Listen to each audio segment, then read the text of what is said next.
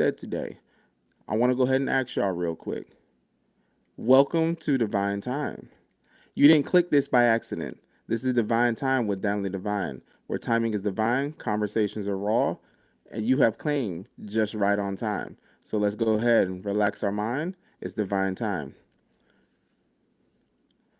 Today, we are joined by Connie. Connie Cotter, a certified high performance coach with over 23 years in IT training and leadership. Connie helps professionals break free from overwhelm and step boldly into their next chapter. Through her work, Beyond the Good Life, she guides people who are ready to move past good enough and live with greater purpose, clarity, and courage. So without further ado, welcome Connie to the show. Hello, hello, Me? hello. Can you hear me? I can. Thank you so Bad. much for having me. I'm so excited to be here. Thank you for coming. And I greatly appreciate you for aligning yourself with the show. Now, with it, first thing I want to do is ask you a little bit more about yourself, all right? Sure. What do you want What to know? what brought you into IT? Oh my gosh. That you're taking me all the way back to college. It's only like Uh, 3 years ago. It's okay. thank you oh so much. You're so wonderful. I had started out with in college. I was going to be in business, hmm accounting, finance, economics, and I literally got to my fourth year, so I was a senior, Okay. and it was I think it was an economics course, and it was talking about mergers and acquisitions and breaking companies apart and clawing your way to the top. And I was just like, no, that is not me. She said um, no. so literally went into the catalog and I'm like, okay, so I've got all these business classes, what do I like?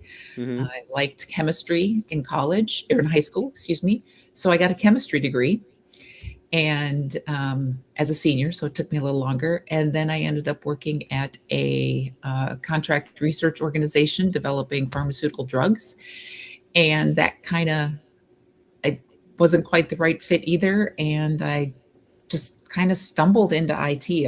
I've been a business analyst for 30 some odd years. So She's a bread. that's yeah, it was I literally was just kind of stumbled into it. And that's part of like the story, the question that you sent in advance. I kind of stumbled through my life a lot until I got intentional.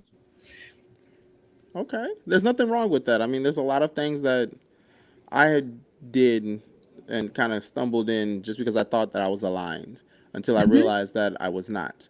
Now, Yes. with it, as you stated, I had sent you some questions, so let's just follow through the questions. Tell me your story. I'm gonna go ahead Okay. and turn it over and give you the floor. Okay? Okay. Awesome. So we're gonna fast forward a little bit past that. So I'm in IT now. I am a uh, traveling business consultant. So I had the opportunity to work for major organizations. I worked for Warner Brothers. I worked for Oh wow. credit card organizations. I worked for universities, department stores. They had something they wanted to work on. I would walk in, work with their business teams, define process, gain efficiencies, and that sort of thing. And that was about 25, I think I looked at 25 years ago. And it was supposed to be a 50% travel job. Uh huh. And I was single, and it was awesome because I'm like traveling, I'm staying in hotels. And then I started, I'm like, I think I want to get married someday.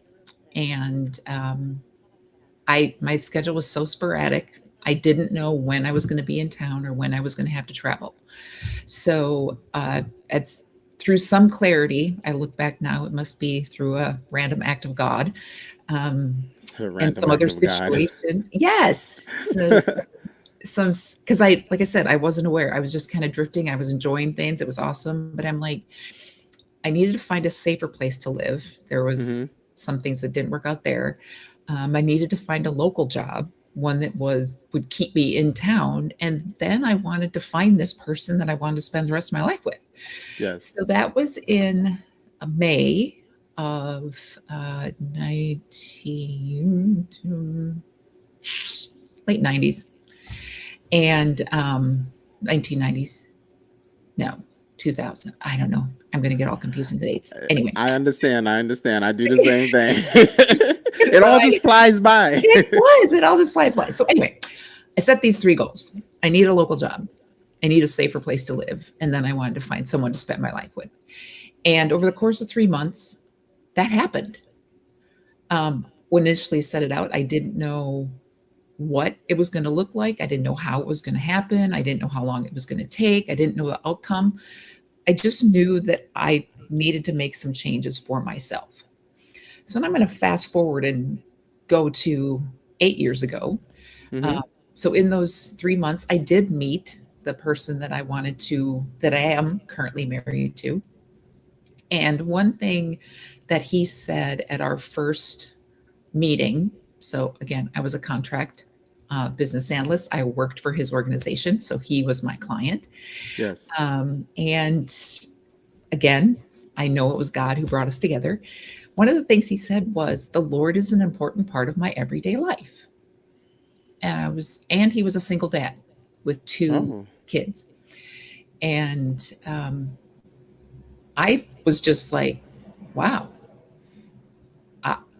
The thought of being a single dad with 2, 4, and 8, I think they were at the time, I was just blown away.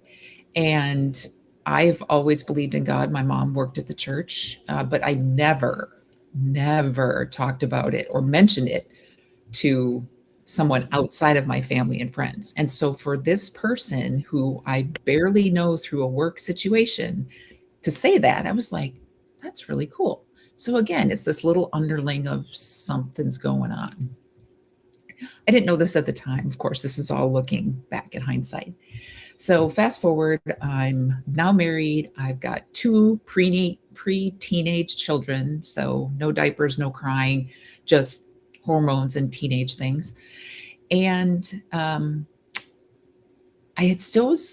was successful. I'd gotten jobs. I'd been recruited to join organizations based on my skills as a business analyst. So I should have been happy.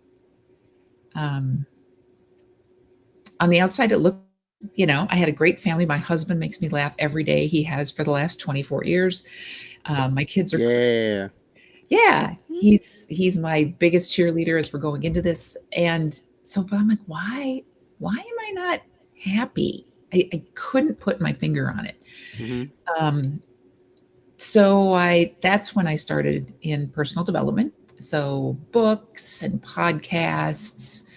I went to some live events of Brendan Burchard and Tony Robbins and different sorts of things, and nothing quite clicked until 2019, early 2020, that big year. I stumbled into a group coaching call. It was free. So someone was coaching this group of people, and it was a high performance coaching call. Didn't know what it meant. For me, high performance meant athletes, the people Yes. who, and I just listened because I didn't really know what I was getting into. The questions they just really, it was like this woman on the other end of the Zoom, and it was not video, it was just a call, Mm-hmm. knew me.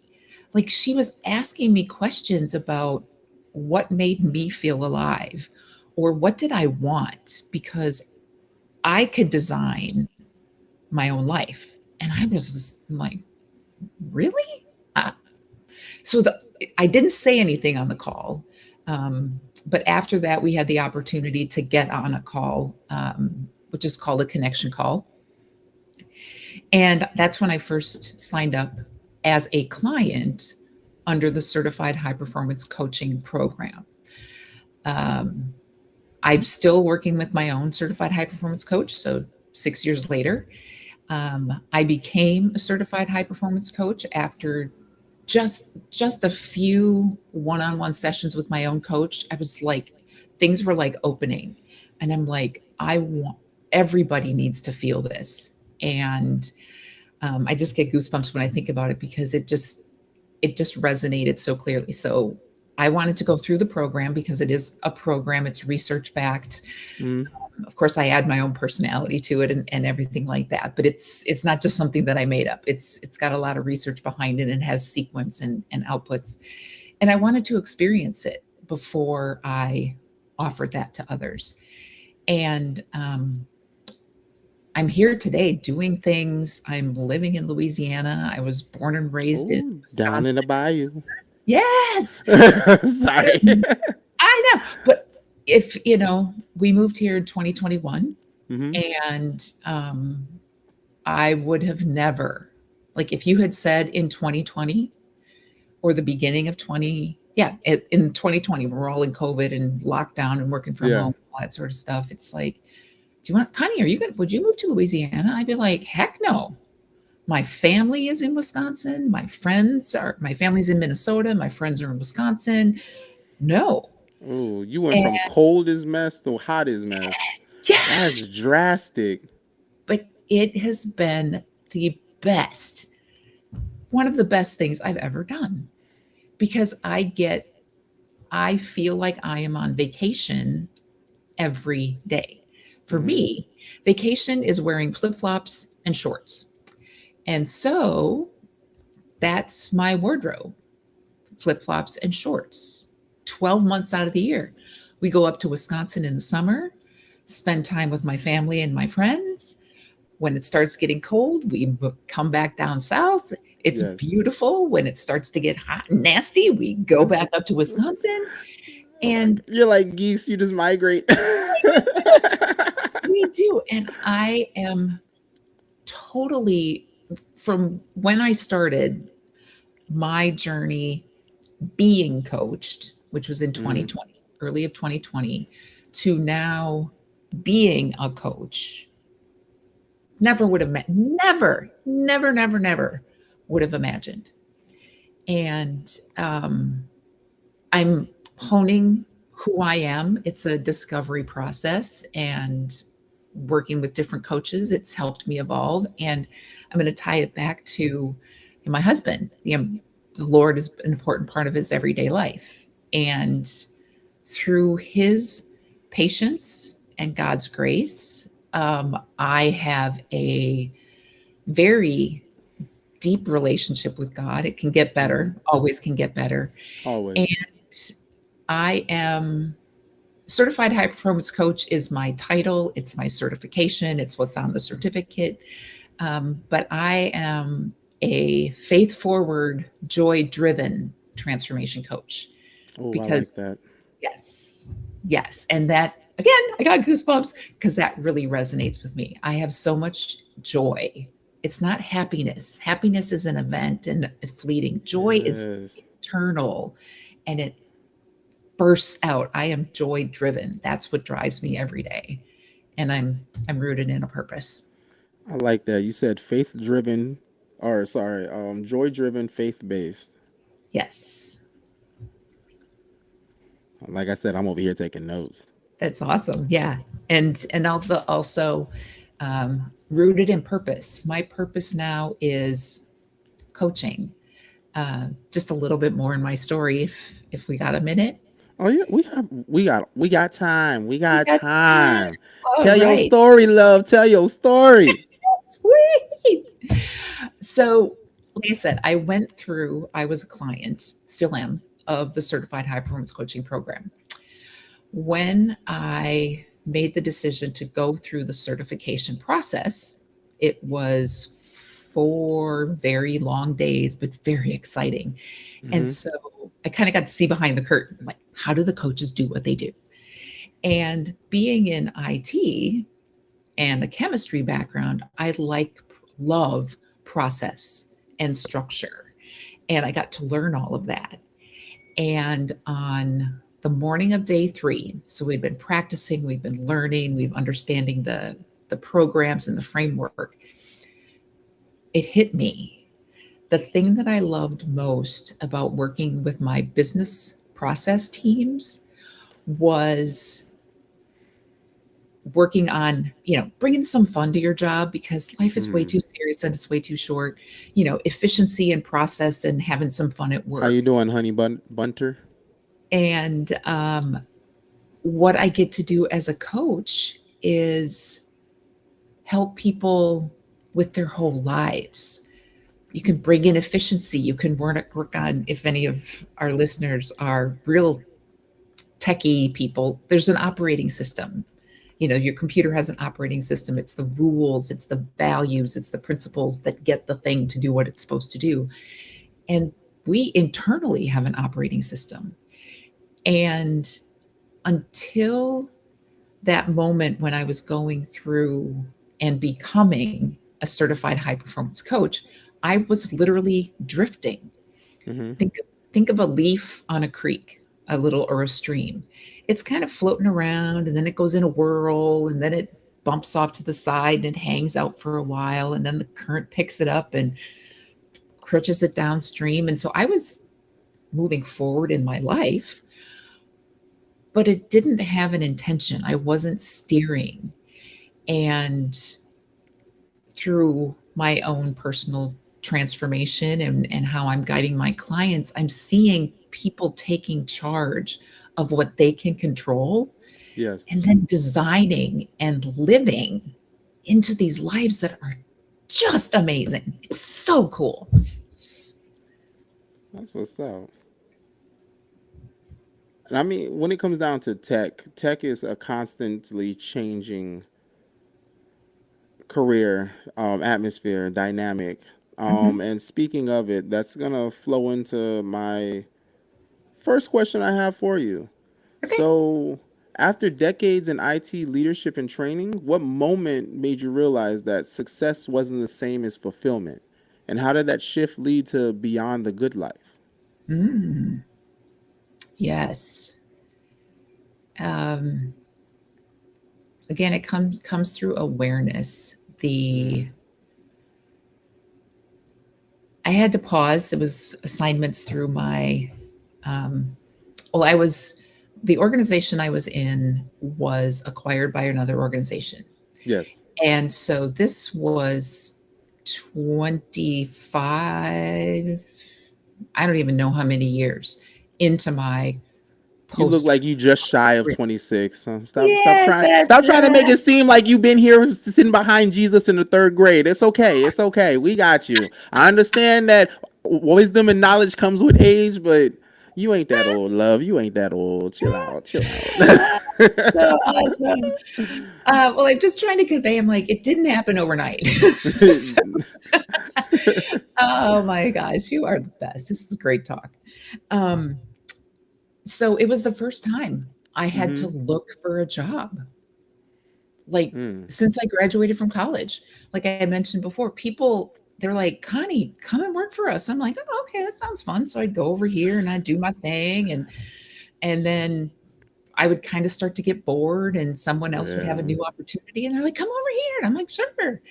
And then my organization was acquired, and my role was being phased out, but they didn't directly tell me. And so I'm like, what makes me good at what I do as a business analyst? Mm. And I couldn't answer the question. So I was like, okay, I've got a lot of years of experience. I've enjoyed my job. I get promotions, I get compliments, I Yeah. get recruited to work on like important projects. Yeah. I couldn't articulate what I did. Hmm. So what made me How good you doing, Rowdy?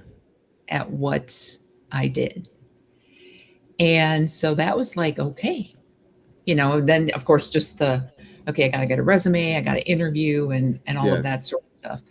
Um, and so I hired a job search career coach, and one of the activities that he gave me was you get to choose where you work. It's not them. You get Mm-hmm. to choose as well as the hiring organization. And we had a big long list. What was important to me? What kind of organization did I want to work in? What kind of environment? What kind of people? And I went through again because I love spreadsheets and checklists and, how to quantify, scientifically Structure. evaluate things. Mm-hmm. And so it was a really interesting exercise, and so that gave me the framework to evaluate opportunities. And I had so I went out, applied for jobs just like everybody else, lots of Mm-hmm. interviews, actually turned down some opportunities because I couldn't work with the person I would have to work with, or I didn't Mm. like the culture of the organization. And that was really weird because I needed a job. So, for you turning them down, what made you turn them down besides just the fact that you didn't see yourself working for them? What was the root of the reasoning behind you couldn't see yourself working for them? It wasn't a good fit for And how? me as a person. Mm-hmm. So rather than just taking the job because they wanted me Mm-hmm. or others had wanted, I was choosing to go into an organization where I could feel fulfilled because I had like some criteria that I wanted my new organization and my new coworkers and team to bring into my world. And so yeah, it was cool. And then I found one. It was really good. So I've been coaching and working a corporate job for several years now. So that rolls into the next question I have. Many high performing professionals feel overwhelmed yet stuck. What internal belief or pattern do you see most often keeping people in the cycle of good enough? And how can they begin to break free? How would you guide individuals with you being a joy driven, faith based, high performance coach? How would you coach individuals of breaking free from that overwhelmment of being stuck and thinking that, you know what, they're just good enough? Hmm. Oh, she drinking a drink. Who's about to get serious? Here we Here we go. We're go. getting serious here. Hold on to I'm your seats. I am coaching who I used to be. Mm, I had received the message that it's good enough. You're successful. You should be happy. Isn't that good enough? And I'm like, and other messages received. If you want more, mm-hmm. you're greedy. Oh, And I grew up with you're greedy, you're selfish. I had some messages in my small community about that. So I struggled with, well, okay, good is good, and I have enough, and I want more. And it was this internal thing. I'm like, but I don't know what the more is. yes. And so in that overwhelm, you start to feel this niggle or this uncertainty or this whatever. And then someone comes along and says, what are your dreams? And some people can rattle off a list, like they can do the, and it's Yeah, like they've been practicing it like an elevator pitch. exactly. Or I can get the deer in the headlights of, uh, um, I have no idea. It's a blank slate. And That so look. yes, it's, and so it's in both of those things. And one of the things I start with is just getting quiet Mm-hmm. and reconnecting to awe and wonder, because we live in a world that moves really, really fast and things are changing all the time. And have you ever watched a little kid, especially like a toddler, like a 2 or 3 year old, Oh, yeah. and they can be fascinated with something, a pen that clicks or a whatever it is. And most of the time, like they're pre-verbal or they have like their little gibberish baby language, and they talk about it and they flip it around. And I'm like, I'm just wondering what's going on that makes it so interesting for them. Yes. And as we grow, somewhere along the line, playfulness, that curiosity, the wonder of this world gets lost. And that's one thing that I have fully embraced in the last 8 to 10 years. Love it. Love to play. We go for walks. We live in a little subdivision outside, and one of our neighbors has some chickens. Have you ever watched a chicken run? No. It No. is the funniest thing. So they walk around with like the strutting head, Yeah. but then they run, they put their head forward. And then when they're gonna go slow down, it's like really, really fast until they get back into their strut. And it makes me laugh every time I see a chicken run. It's the funniest thing. I've lived here for 4.5 years, and every time I see a chicken run, it makes me laugh.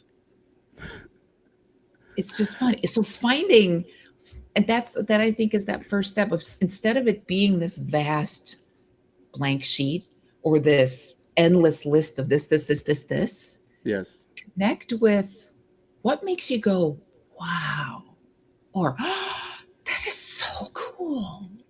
And that comes from inside. That's what's up. So let me ask you this. Yeah. Stepping into a new chapter requires courage, not just clarity. How do you help people move through fear when they know change is necessary, but comfort feels safer than growth? I know when we first started off, we talked about that complacency kills, the crabs in a barrel. How would Yes. you help individuals feel safer to grow? Because we're living in a time now where you have more people trying to hold people back than uplift them. I have a saying: there's a lot of people who want to hoe with you, but nobody wants to grow with you. Mm-hmm. Mm-hmm. So how would you allow individuals to go ahead and be safer and more comfortable in growing?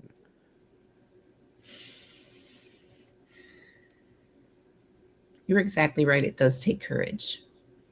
And um, I am a chemist by degree, so I do have that IST, but I'm not a therapist or a psychologist or a psychiatrist or any of those other ists. Yeah. And yet I do I research. I mean, you like do have reading kind about. of the chemist. I do. So that's the only ist I have. That's the Okay. only ist I have. I am a chemist. Um, but we're wired as human beings to evolve and to change. And comfort is good Mm-hmm. because we can't be go, go, go all the time. We need our safe space Yes. to recharge and to, like you mentioned, the crabs in the barrel, that when one tries to escape, the others will pull it back Pull down, it going, back hey, no. down. Yeah. And You doing the um, most. Chill out. yeah. And it's, it takes a while to understand, but Welcome in. that pullback Mm-hmm. is the other people. It's not Mm. you. And your or my clients or our listeners here, um, it's valuing yourself enough to want and to achieve that difference, that step forward. And within my program, and it came from my own coaching, think, plan, act. Think, Three plan, words. act. I was really good at thinking. I still am. I can think and think and think, and I can plan. I can make a spreadsheet. I can make a schedule. Action. We have to take action to get a change in our life. I've learned over time, and I strongly encourage and advise and guide people that the action doesn't have to be huge. Mm. It doesn't have to be huge. And so I have the analogy of, I'm thirsty. I have a glass of water right here. I can think about how thirsty I am. I can plan. I'm like, I could pick that cup up. Oh, my cup's empty. Okay. So I can get up and go to the refrigerator. I could ask for help. I could ask my husband to get me a glass of water. So asking for help is my action, Mm-hmm. or I physically get up and get water. If you never take the action, the tiny action of Yes. like picking up the cup, I will always be thirsty. Facts. And it's the same thing in life. So it doesn't Joyo. have, yeah, it doesn't have to be these big things. It's that first step. Whatever that happens to be, whatever intrigues you, find a buddy to go with you and just check something out or read a book or I've got a download for our audience if they want 13 ways to cultivate your sense of wonder. Start small, look in your backyard, find something fun. But it's I know one of the compliments I got as a business analyst back in Mm-hmm. that technical world was I could take the big spaghetti processes, like it's up on the wall and there's all the lines that cross and all the stuff, or something super complex, and distill it down into small, understandable, incremental pieces. And I Okay. think that's one of the benefits and the gifts that I bring is helping distill all the overwhelm into things that are actionable, small. And another philosophy that I bring to this world is every single person has value, Facts on it. has a Facts. reason for being here on this planet. And people have all different backgrounds, different Mm-hmm. stories. You're not good enough, you'll never succeed. That's not for you. That's all a lie. And it's really easy to internalize all of that. And so I want to celebrate you are here, Donley, for a reason. And as the intro to this session started, the people listening are here for a Yes. reason, like everything all lined up so that they pushed play and put the earbuds in or whatever it is. And so that's part of my mission is to have everybody like live and find that value that is uniquely theirs. Respect. So I was writing down a few things, taking some notes as you were going. Yeah. We've hit that 30-minute mark. So what I want to go ahead and do is roll into our conversation portion. Okay. With the conversation portion, we engage in conversation based off of things that you have said and things that we know about you. But with it, I will ask my final question that I had already like preempted. And that one right here is stepping into a new chapter requires. Oh no, we just did that one. Disregard. Yes. Woohoo! Sweet. I am right on track. I am right on Okay. track. We are good. So Excellent. at the Golden. at the beginning, you stated that you had set three goals. I Mhm. wanted to know what was the importance of the number three. Number three, that was finding someone to spend the rest of my life with. Mm-hmm. Um, But why I was it? Why was it three goals? How come you didn't set like six or four or two? Oh wow, I feel like that um owl. How many licks does it yes. take to get to the center of a Tootsie Pop? One, two, three. Crunch. Sorry. Three to get to the center. The world will never know. Love Right? it. I mean, I guess that Um, makes sense because you hit three and then it's like you've got everything you needed. But I just want to yes. know why the number three? Out of all the Um, numbers you could have chose for the goals. Because a lot of people say that the more that you prepare, the better prepared you are. mhm.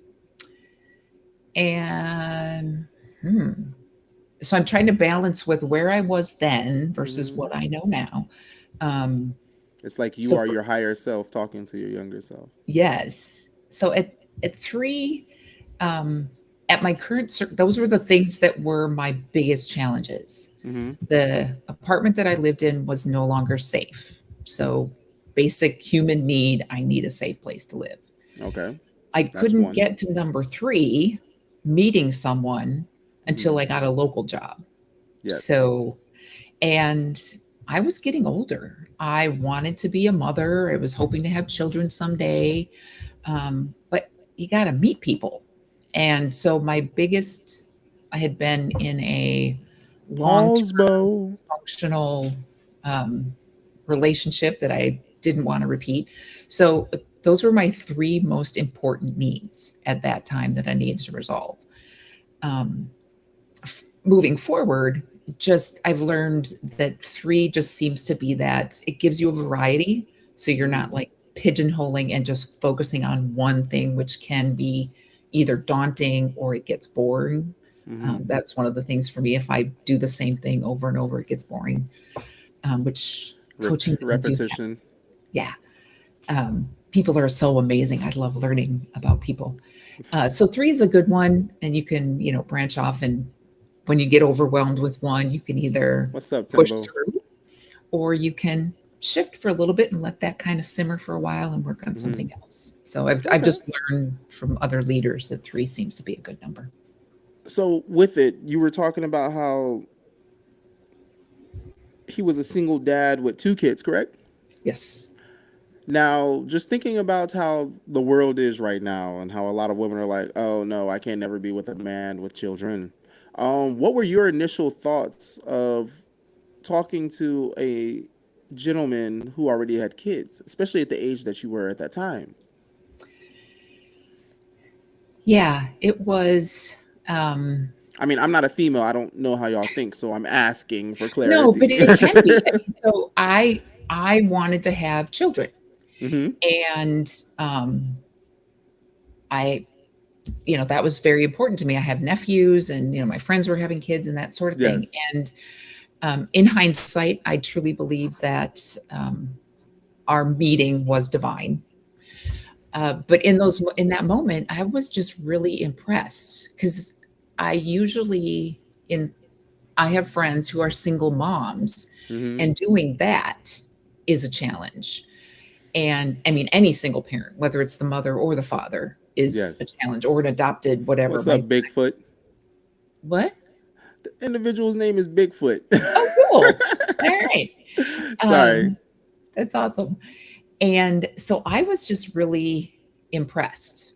And that was, in our first conversation, we were standing around cube walls Ronald. in an office.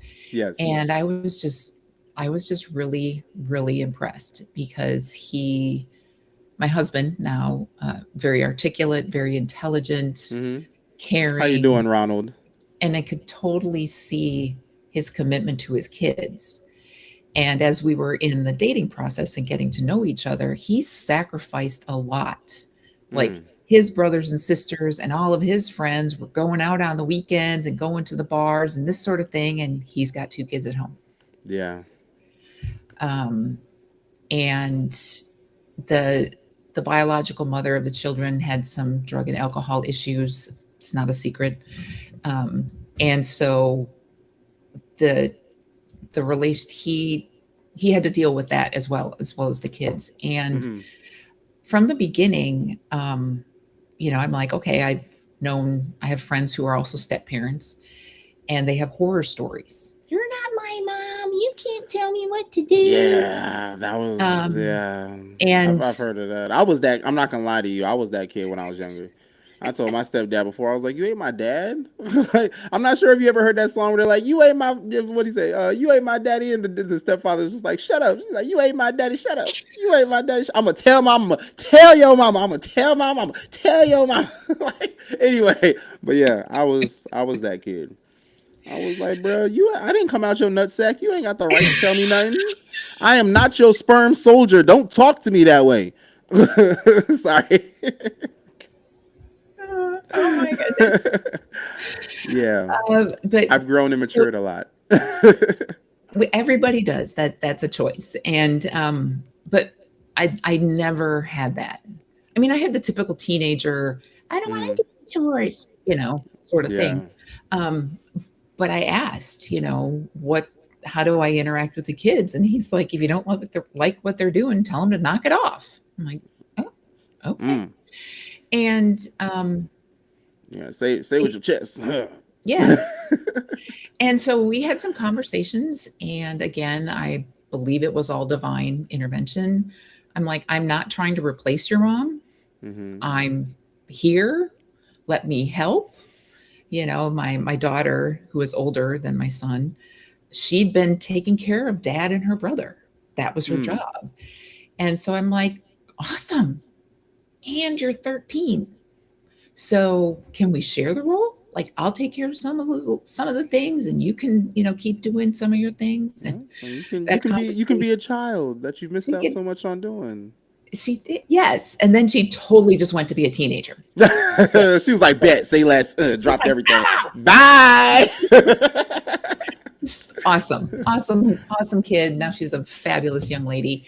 Um, but yeah, and circumstances were such that I never birthed children. Mm-hmm. And But it what I sounds really, like you have a great relationship with the ones that you have. So, yes, what I realized was I wanted to have a positive influence in young people's lives.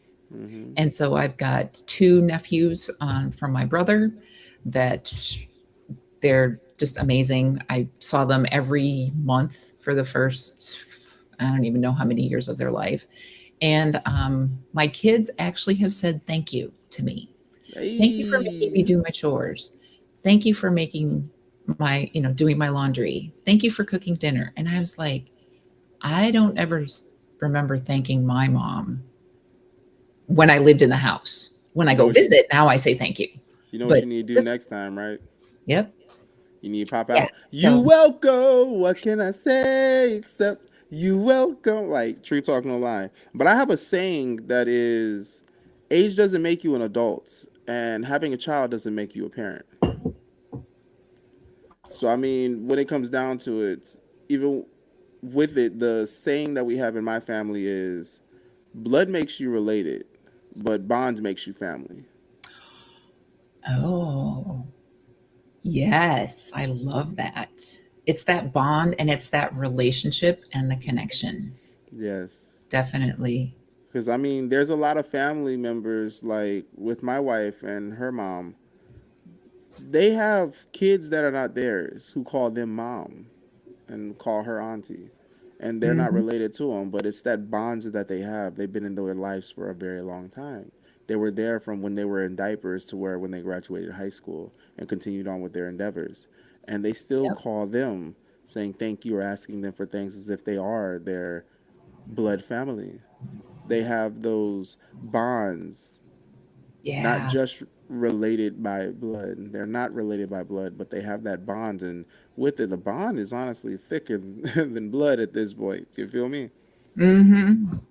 Now, when you say high performance coach, what does Yes. that mean to you? Because I mean, I personally like the joy driven faith base better than high performance. But what is a high performance coach? What does that mean to you? And since I'm asking what does that mean to you, let me also ask what does purpose mean to you? Da, da, So, da, da, da, da, da. da, da, da. What's flipping around in my head right now is the definition of a high performance coach, or the definition of high performance as my program has been certified in, is it's the ability to succeed in Hmm. all areas of your life without compromising your health or your relationships in the long term. Okay. So, if it's success, whatever success means to you, um, striving, people will burn out. They work all hours, or they're always working and their kids are growing up going, hey, parent, can you pay attention? And then they're out of the house and it's gone and you miss these opportunities. Yeah. Um, so, so that's the certification definition. Yeah. And because I've been living it for the last 6 years, that really is what that means. I am performing high performance, being my best self, taking care of me first, Hmm. which I struggled with a long time. You're on the airplane, put your own mask on before you're putting on the mask of others. Self aid, then buddy aid. If you Yeah, don't, if you yes, don't help yourself, you can't help anybody else. exactly. And so, making sure that I stick with my routines and I get enough sleep and I drink enough water and, putting all of that to be in my best self so that I can show, I love it. I love the color. If it was a purple shade, it would be even better. Sorry. No worries.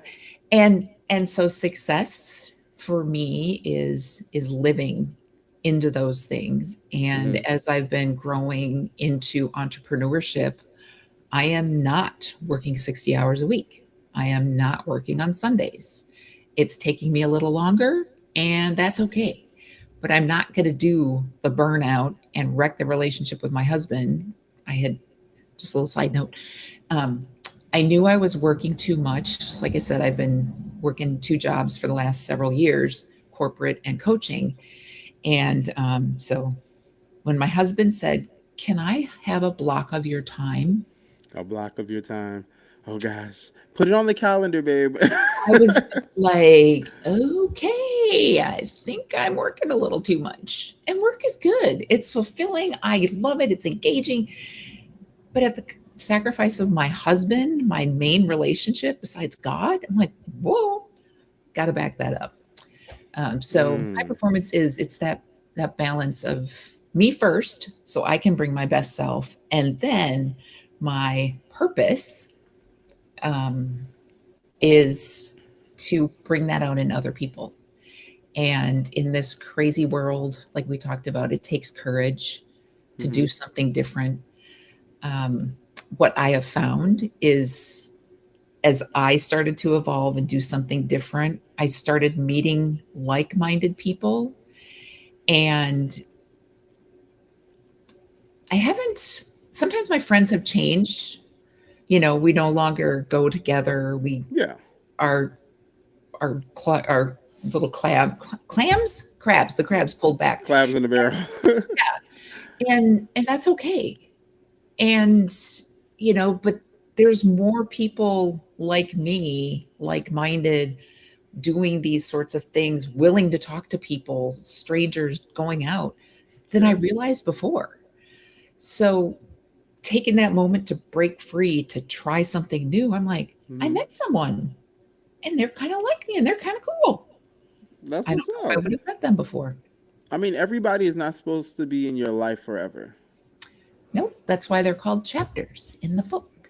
Yep. And I mean, with it, there's a reason why they're called relationships because sometimes they will sail on, just like a ship. Yes. Yes. Um, with it, let me ask you this real quick. You remember earlier when you did the think, plan, act, and you Yes. stated that action doesn't always need to be something grandiose? Hmm. There is a saying from Winnie the Pooh, and he said, I often get to where I'm going by leaving where I'm at.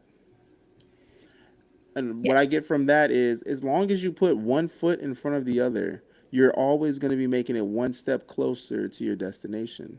And that destination could be changing, but at least you're still in the act of moving. And the reason I say that again, you're still in the act of moving. And action is the most important part because as Yes. we started off, a lot of individuals end up getting stagnant where they are. And in the Marine Corps, we often say complacency kills. When you start getting comfortable, that's when you start overlooking the things that are happening. And then you can Yes. make a mistake and people's lives can be in jeopardy. And in this situation, your life can be in jeopardy based off of missed opportunities. Mm-hmm. So now you'll be limiting yourself due to the fact that you refuse to move forward. You allow yourself to be pulled down by the other crabs in that barrel. The other crabs in that pot. We're gonna up the temperature in that boiling pots in that boil, that seafood fest. You in Louisiana, you know what I'm talking about. And if it's a blue crab, Yes, you're gonna hear it sir. screaming. Yes, sir. But nah, true talk, no lie. I have two final questions for you before we end up ending this session. It's two questions I ask at the end of every episode. The first one is, what do you want to say to any of the listeners? I want to say two things. Tomorrow is never promised. Um, I said I had 2 kids. One of them passed away suddenly. So tomorrow's never promised. And you feel overwhelmed, you feel confused, you're not sure. It doesn't mean you're broken, because you're not broken. There's nothing to fix. It's just, I believe it's that little internal calling or the divine calling to take that first step. As Don Lee said, that first step. You don't have to have all of the steps planned out, and you don't even know what the outcome is going to be. But just take the first step with some awe and wonder. And then the final question is, are you ready? Yes. Gratitude and what you learned. What are you thankful for, and what have you learned? It doesn't need to be on this episode. What have you learned today? We're going to practice that mindfulness. Yes. Wow, today has been a big day. Meeting you has been a highlight of my day, definitely. And sharing the questions that you asked, again, were like the little pre ones. I'm glad you gave me a little bit of time to noodle on those, because they were good. What did I learn today? I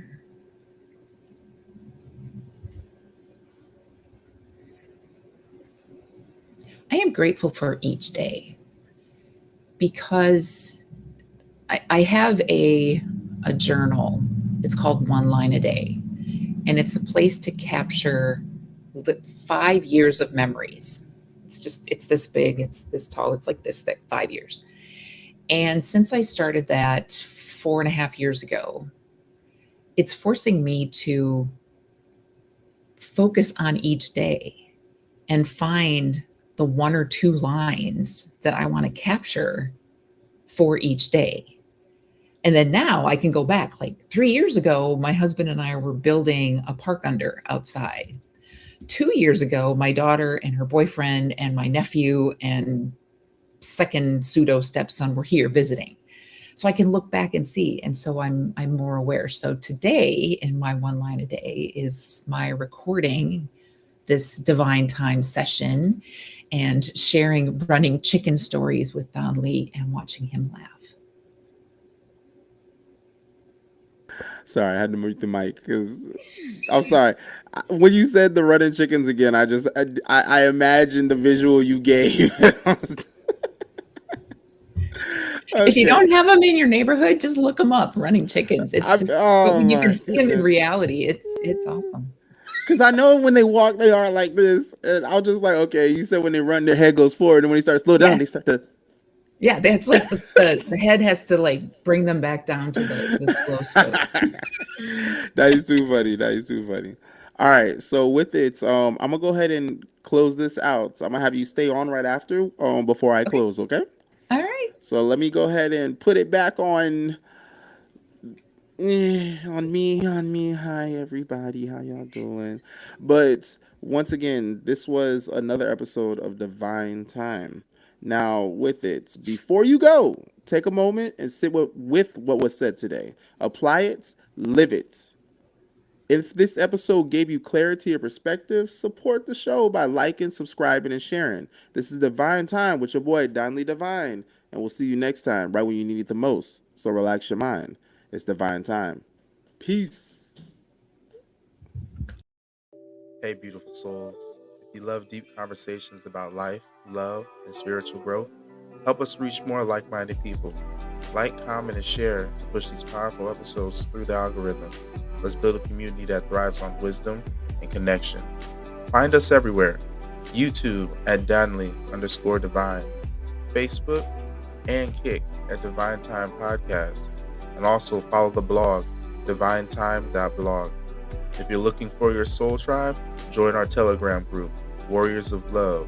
Together we rise. Divine Time is now.